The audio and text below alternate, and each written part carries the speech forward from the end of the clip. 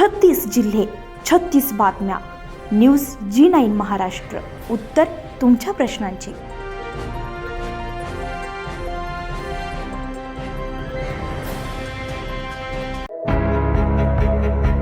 बोदवड तालुक्यातील न्यायव्यवस्थेवरील वाढता ताण कमी करण्यासाठी दुसरे प्रथम वर्ग न्यायालय तातडीने सुरू करण्याची मागणी आता निर्णायक टप्प्यावर पोहोचली आहे.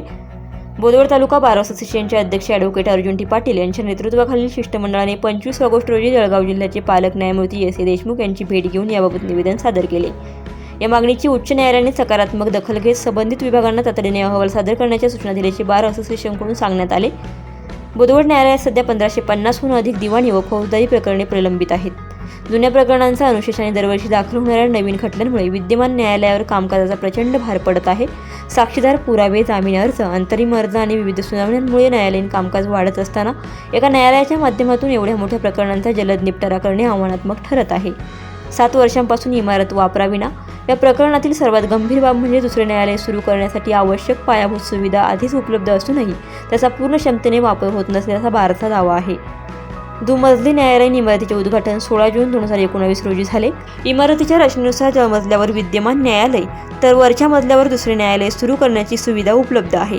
स्वतंत्र न्यायालयीन कक्ष, कर्मचारी कक्ष, ऑपरेटर कक्ष, फर्निचर आणि मूलभूत सुविधाही उपलब्ध असल्याचे निवेदनात नमूद करण्यात आले आहे. त्यामुळे नवीन इमारतीसाठी पुन्हा कोट्यवधींचा खर्च करण्याऐवजी शासनाने आधीच उभारलेल्या इमारतीचा वापर करून दुसरे न्यायालय तातडीने सुरू करावे अशी ठाम भूमिका बोदवड बार असोसिएशनने मांडली आहे. पक्षकारांचा वेळ आणि पैसा वाचणार. दुसरे प्रथम वर्ग न्यायालय सुरू झाल्यास प्रलंबित प्रकरणांच्या सुनावणीला गती मिळून न्यायदान प्रक्रिया अधिक प्रभावी होण्याची शक्यता आहे. ग्रामीण भागातील पक्षकारांना वारंवार न्यायालयीन कामासाठी ये-जा करावी लागते. त्यामुळे त्यांचा प्रवास खर्च, कामाचा बुडणारा दिवस, वेळ आणि मानसिक त्रास कमी होण्यास मदत होणार आहे. न्यायालयीन इमारत तयार, सुविधा तयार आणि प्रकरणांचा प्रचंड भार असताना दुसरे न्यायालय सुरू करण्यास आणखी विलंब कशासाठी, असा सवाल आता बोदवडच्या वकील वर्गासह पक्षकारांकडून उपस्थित केला जात आहे. या मागणीसाठी बार असोसिएशनचे अध्यक्ष ॲडव्होकेट अर्जुन टी पाटील यांच्या नेतृत्वाखालील शिष्टमंडळाने पुढाकार घेतला. यावेळी सचिव advocate Dhanraj Prajapati, advocate Kishore A. Mahajan आदी उपस्थित होते.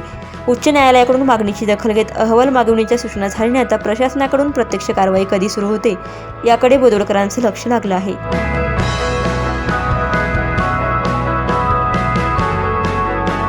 आज बोदवड वासियांसाठी, बोदवड तालुक्यातील पीडितांसाठी, वकिलांसाठी, न्यायालयीन कर्मचाऱ्यांसाठी आणि पक्षकारांसाठी सुवर्णयोगाचा दिवस आहे.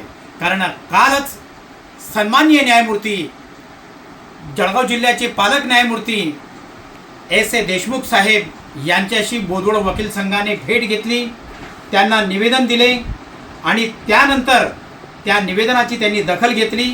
कारण बोदवडला न्यायालय जे आहे ते 16 ऑगस्ट 2019ला झाले, परंतु न्यायालय झाल्यानंतर दोन्ही न्यायालय सुरू करण्याचा मानस त्यावेळेस होता. पण टेक्निकल अडचणीमुळे दोघी न्यायालय प्रथम वर्ग न्यायालय सुरू करताना अडचणी निर्माण झाल्या.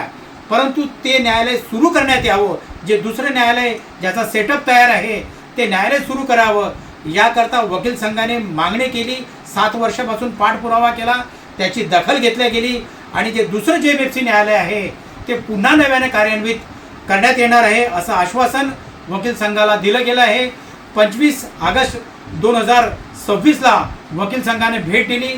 त्यावेळेस वकील संघाचे सचिव ॲडव्होकेट धनराज प्रजापती, वकील संघाचे सन्माननीय सदस्य किशोर A. महाजन हे सुद्धा यावेळेस उपस्थित होते आणि वकील साहेबांनी आणि निवेदनामध्ये बोदवड तालुक्याला असणारी निकडीची गरज, 2019 पासून प्रलंबित प्रकरणे, स्पीडी न्याय या सर्व बाबीची सन्माननीय न्यायमूर्तींनी दखल घेतली आणि या संदर्भामध्ये त्वरित पाठपुरावा करून कामकाज करण्याचा ग्वाही आणि शब्द न्यायमूर्तींनी वकील मंडळाला दिला आहे.